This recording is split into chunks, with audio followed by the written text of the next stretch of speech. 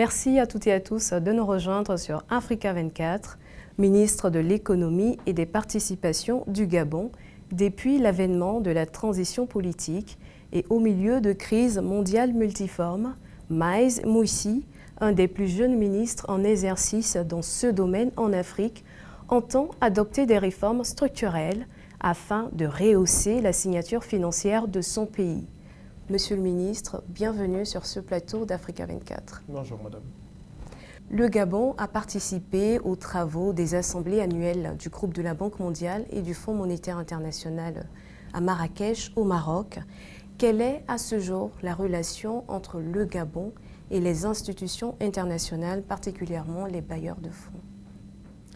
Le Gabon a effectivement une relation historique avec les différents bailleurs de fonds, en particulier avec le FMI et la Banque mondiale. Nous sommes là principalement pour normaliser la relation entre le Gabon et ses institutions. Lorsque nous sommes arrivés aux responsabilités, nous avons constaté que la relation s'était un peu tendue du fait de l'accumulation d'un certain nombre d'arriérés vis-à-vis de ces bailleurs de fonds. L'une des premières actions du gouvernement a été de se mettre en mouvement pour apurer progressivement les arriérés vis-à-vis de ces bailleurs de fonds. Donc nous sommes venus réaffirmer notre volonté de poursuivre les efforts que nous avons déjà entamés. Et aussi, vous savez que lorsqu'il y a une action militaire, il y a des procédures dans ces organismes qui font que les pays sont mis dans une situation particulière. Et nous sommes aussi venus expliquer ce qu'est la situation au Gabon, notre volonté naturellement de continuer à assainir les finances publiques, à travailler avec les différents bailleurs de fonds et avoir une relation des plus normalisées pour se projeter pour l'avenir. Dans son rapport de conjoncture, la Banque mondiale indiquait à propos du Gabon des coûts d'opportunités fiscaux et sociaux, des subventions extrêmement élevées, le rapport soulignant l'importance de développer une économie viable et intégrative résistante aux chocs. De ce point de vue, la nécessité d'investir massivement dans des domaines tels que les infrastructures et le capital humain demeurent des défis majeurs. Partagez-vous cette approche de la Banque mondiale?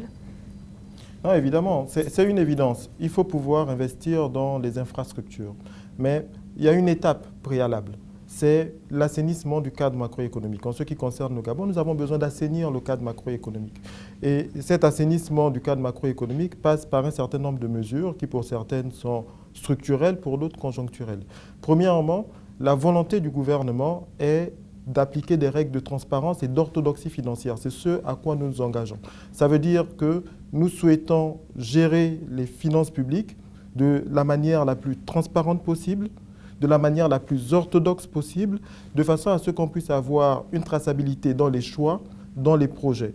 Une fois nous aurons assaini le cadre macroéconomique, nous pourrons ensuite nous projeter sur ce qu'on considère être des projets structurants, notamment dans le domaine des infrastructures, avec des infrastructures lourdes comme les routes, etc. Mais le préalable, c'est l'assainissement des finances publiques et du cadre macroéconomique qui sous-tend l'économie de notre pays.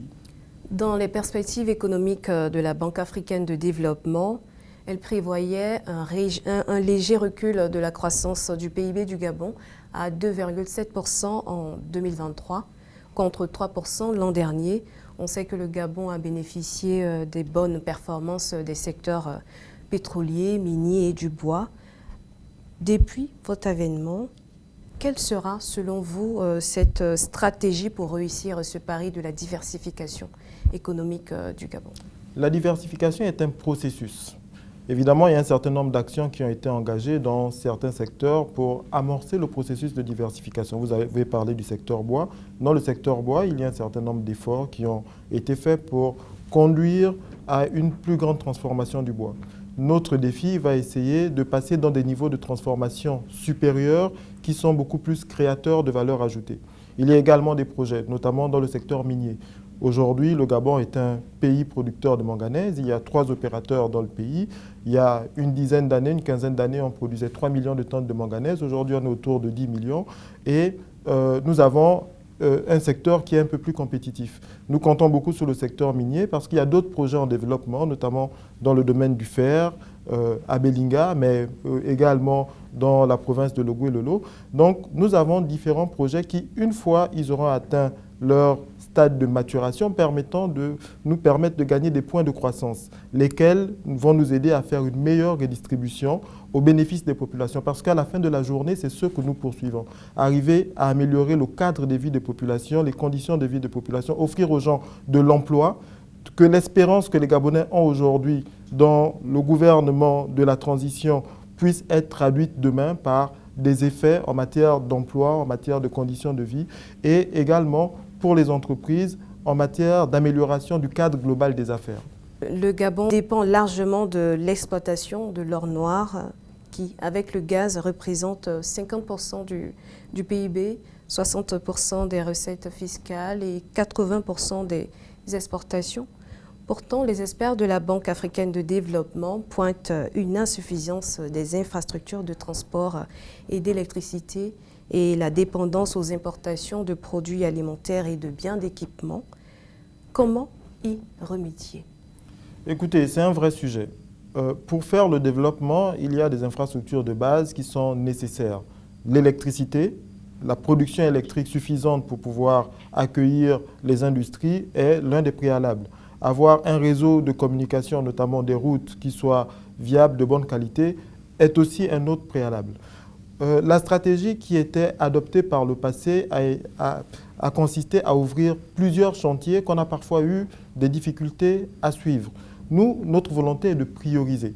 Dans le domaine de l'électricité, il y a un certain nombre de chantiers qui sont en cours, Kingélé-Aval notamment. On a quelques barrages pour lesquels on essaye de faire avancer le développement. Je pense au barrage des chutes de l'Impératrice, je pense au barrage de Fédé dans le nord. Ces projets ont vocation, ils arriveront à terme, à accroître la puissance installée du pays et avoir une plus grande capacité énergétique. Ce que nous allons faire, en tout cas à moyen terme, est de les prioriser, de façon à pouvoir terminer ces chantiers l'un après l'autre et de ne pas nécessairement se disperser dans une dizaine de chantiers qu'on a un peu de mal à suivre, que le gouvernement précédent a eu un peu de mal à suivre pour le mettre en parfaite réalisation. Vous avez déclaré, pour relancer durablement l'économie gabonaise, il faut une croissance plus robuste et plus inclusive qui ne reflète pas uniquement la hausse des prix des matières premières.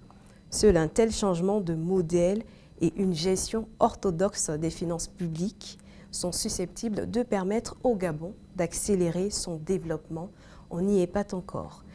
Vous vous donnez quel délai pour réussir ce pari? Alors, déjà, il faut resituer les choses dans leur contexte. Je suis membre d'un gouvernement de transition. La principale mission d'un gouvernement de transition est de rétablir l'ordre constitutionnel, d'organiser des élections, de remettre en place un cadre démocratique qui sied. C'est la principale mission du gouvernement. Maintenant, il est vrai que l'avenir de notre pays, pour avoir un avenir qui soit profitable à tous les Gabonais, il faut aller vers une croissance qui ne reflète pas uniquement les prix du pétrole, mais qui soit une croissance beaucoup plus inclusive et qui montre qu'on a développé d'autres secteurs dans l'économie qui deviennent des relais de croissance.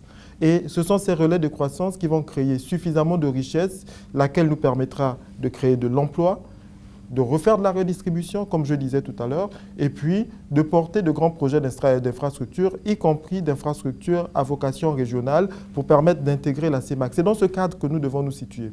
Évidemment, je ne peux pas vous donner tout de suite un délai, parce que je suis membre d'un gouvernement de transition avec des objectifs qui sont clairement assignés. Pour l'instant, les objectifs qui m'ont été assignés par le président et le chef du gouvernement, ce sont des objectifs en termes de collecte de recettes et nous travaillons dans ce sens. Sur le mois de septembre qui vient de s'écouler, la douane, par exemple, a eu un taux de collecte de 127% par rapport à l'objectif. Donc, nous sommes en mouvement pour atteindre ces objectifs. Nous avons des objectifs de modernisation. Nous travaillons aussi dans ce sens de façon à pouvoir améliorer les processus de collecte et les fiabiliser de façon à ce qu'il y ait moins de déperditions financières entre le moment où on collecte et le moment où l'argent rentre au trésor. Pour revenir sur l'assainissement des finances publiques, Parmi les travaux que vous avez entamés dès votre prise de fonction, l'objectif d'assainissement des finances publiques était une de vos priorités. Pouvez-vous nous définir le périmètre précis de cette action d'assainissement? L'assainissement des finances publiques tel qu'on l'entend, c'est quoi? Premièrement, moins de déperditions financières. Nous y travaillons. Deuxièmement, faire en sorte que lorsque l'on collecte, et nous savons qu'il y a des déperditions financières, notamment dans la collecte. La performance de la collecte n'est pas optimale. Nous sommes en train de travailler pour améliorer la performance de la collecte dans les différentes régies financières, notamment dans les collecteurs, notamment les impôts, la douane, et pour le périmètre qui me concerne. Nous sommes également en train d'agir pour redonner confiance et redonner des moyens aux agents qui travaillent afin de pouvoir collecter de façon à atteindre des objectifs. Parce que nous ne pouvons pas être dans une optique où nous demandons uniquement des surperformances aux agents sans pour autant donner un cadre. Nous sommes arrivés en responsabilité. Les agents des régies financières avaient 2 mois d'arriérés de primes. Aujourd'hui, nous avons soldé les 2 mois d'arriérés de primes. Donc, nous avons soldé une partie du passif que nous avons trouvé et nous travaillons maintenant pour normaliser les choses. Et puis, nous allons, avec l'aide du président, avec l'aide du Premier ministre, voir comment on peut allouer plus de moyens, notamment aux équipes, de façon à les aider à mieux servir leur pays et à mieux collecter les ressources au bénéfice de l'État. Monsieur Maïs Moussi, merci d'avoir été l'invité d'Africa 24. Merci, madame. Merci à toutes et à tous de nous avoir suivis. L'information continue sur Africa 24.